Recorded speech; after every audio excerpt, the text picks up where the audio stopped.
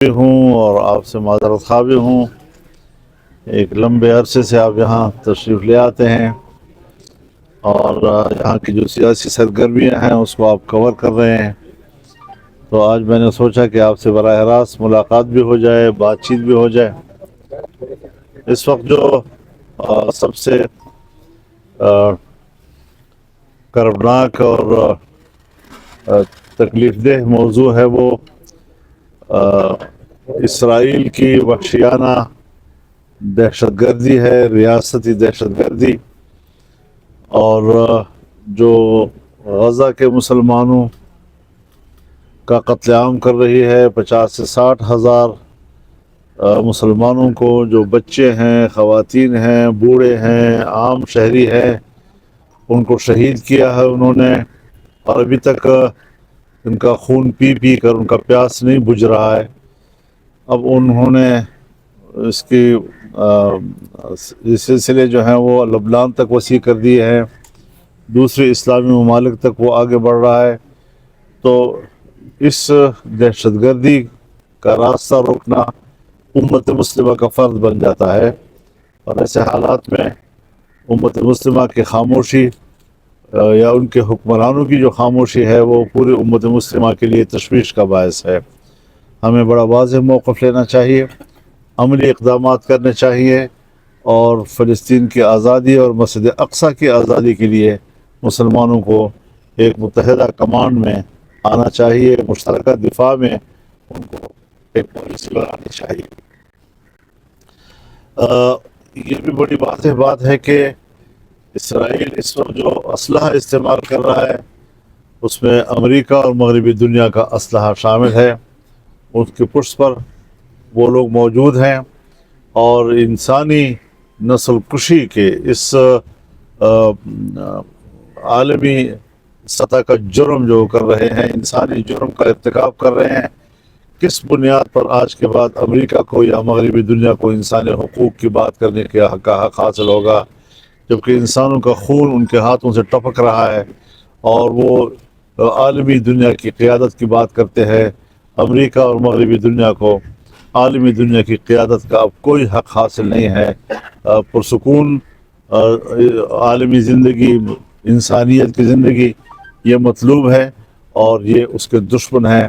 انسانوں کا قتل عام کا ایک کئی دہائیوں پر مشتمل اب ان کی جو تاریخ ہے وہ ناقابل برداشت ہو چکا ہے, اور ان کو اپنے رویے میں تبدیلی لانے ہوگی. اسلامی دنیا کے نامور شخصیات کو نشانہ بنایا جا رہا ہے. ان کا یہ خیال ہے کہ مسلمان جب ان کی شخصیات دنیا سے چلی جائیں تو مسلمان اپنا جذبہ ہار جاتا ہے. مسلمان اور اسلام اس کی بقا کا دار و مدار ان کے عقیدے پر ہے, ان کی توحید پر ہے, ان کے اسلام پر ہے, اور اسلام کی بقا کے لیے وہ ہتھیار نہیں ڈالتے, وہ آگے بڑھتے ہیں اور اپنے جدوجہد کو جاری رکھتے ہیں. شخصیات آتی ہے جاتی ہے, اس نے ایک دن تو دنیا سے جانا ہی ہے, لیکن عقیدہ جو ہے وہ دائمی ہے, وہ برقرار رہتا ہے. اور آج بھی مسلمان اگر زندہ ہے تو توحید پر مر مٹنے کے جذبے کے ساتھ زندہ ہے. اس وقت پاکستان میں شنگھائی تعاون کانفرنس کی تنظیم کا اجلاس ہو رہا ہے. ہم دنیا بھر سے اس تنظیم سے وابستہ ممالک کے سربراہان اور ان کے جو مندوبین ہیں ان کو پاکستان میں خوش آمدید کہتے ہیں.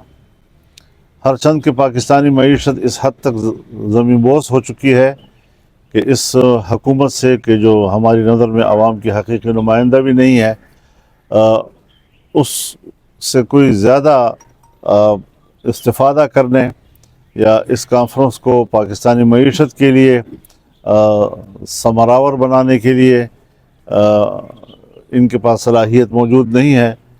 تاہم یہ کانفرنس اگر یہاں ہو رہی ہے تو ہم مہمانوں کو خوش آمدید کہتے ہیں اور امید زیادہ وابستہ کرتے ہیں کہ شاید پاکستان کے مستقبل کے لیے بھی بہتری کی کوئی نوید دے سکے. اس مقصد کے لیے میں حکومت سے بھی یہ کہنا چاہتا ہوں کہ یہ جو آئینی ترمیم کی بل ہے اس کو مؤخر کر دیا جائے تاوقت کہ یہ کانفرنس اپنے انجام کو پہنچے۔ اس دوران میں داخلی جو تنازعات ہیں اور سیاسی اختلافات ہیں اس کو ہمیں یکجہتی میں تبدیل کر دینا چاہیے اور کسی قسم کے تنازع سے ہمیں بالاتر ہو جانا چاہیے۔ میں اپوزیشن سے بھی یہی اپیل کروں گا کہ وہ اپنے احتجاجات اس دوران نہ کریں، اس کو مؤخر کر دیں تاکہ اس دوران میں کوئی منفی پیغام ہمارے عوام کے صفوں سے نہ جائے اور مہمانوں کا یہاں پر جو موجودگی ہے اس میں قوم ایک صف پر نظر آئے۔ ہمیں معلوم ہوا ہے کہ پی ٹی ایم کے جرگے کے منتظمین پر کوئی تشدد ہوا ہے، جو بڑی قابل مذمت بات ہے۔ یہ لوگ ان سے اختلاف کیا جا سکتا ہے، ان کے نظریے سے اختلاف کیا جا سکتا ہے، اس پر ڈیبیٹ کیا جا سکتا ہے، لیکن وہ غیر مسلح ہیں اور وہ ایک جرگہ کر رہے ہیں۔ اگر وہ سمجھتے ہیں کہ کوئی پاکستان مخالف سوچ ابھر رہی ہے تو ایسے اقدامات تو انہیں مزید برانگیختہ کرنے کی ایک کوشش ہے اور اس کو برانگیختہ کرنے کا سبب بن سکتے ہیں۔ تو حکومت کو بھی ذمہ دارانہ رویے اپنانے چاہیے اور اس قسم کے اقدامات سے شاید پاکستان کو کوئی فائدہ نہیں ہوگا۔ ہمیں یکجہتی کی طرف جانا چاہیے اور حب الوطنی کے لیے ہمیں ماحول بنانا چاہیے تاکہ لوگ پاکستان کے ساتھ محبت کریں، اور یہاں پر جو لوگ اس وقت احتجاج پر ہیں ان کو بھی ہمیں مین سٹریم لائن پہ لانے کی کوشش کرنی چاہیے تاکہ پاکستان کو ہم متحد کر سکیں اور پاکستان کو ایک مضبوط ملک بنا سکیں۔ جہاں تک اس آئینی ترمیم کا مسئلہ ہے، مجھے حیرت ہے اس بات پر کہ انہیں اس بات میں عجلت کس چیز کی ہے، اور اس میں کوئی ایمرجنسی مجھے نظر نہیں آ رہی۔ ایک زمانے میں ہمیں کہا گیا کہ اتوار کے دن ہی کرنا ہے ورنہ سوموار آئے گا تو آسمان زمین پہ گر آئے گا۔ آسمان تو نہیں گرا، ایک ستارہ بھی نہیں گرا۔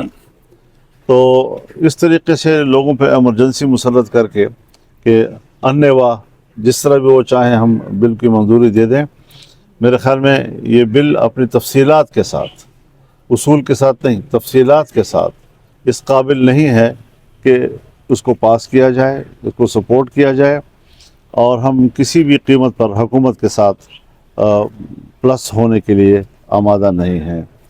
اور حکومت عجیب ہے، یعنی آپ خود اندازہ لگائیں، اسلامی نظریاتی کونسل 1973 میں بنی ہے اور آئین میں لکھا ہوا ہے کہ 7 سال کے اندر اس نے ان کی سفارشات پر قانون سازی کرنی ہے۔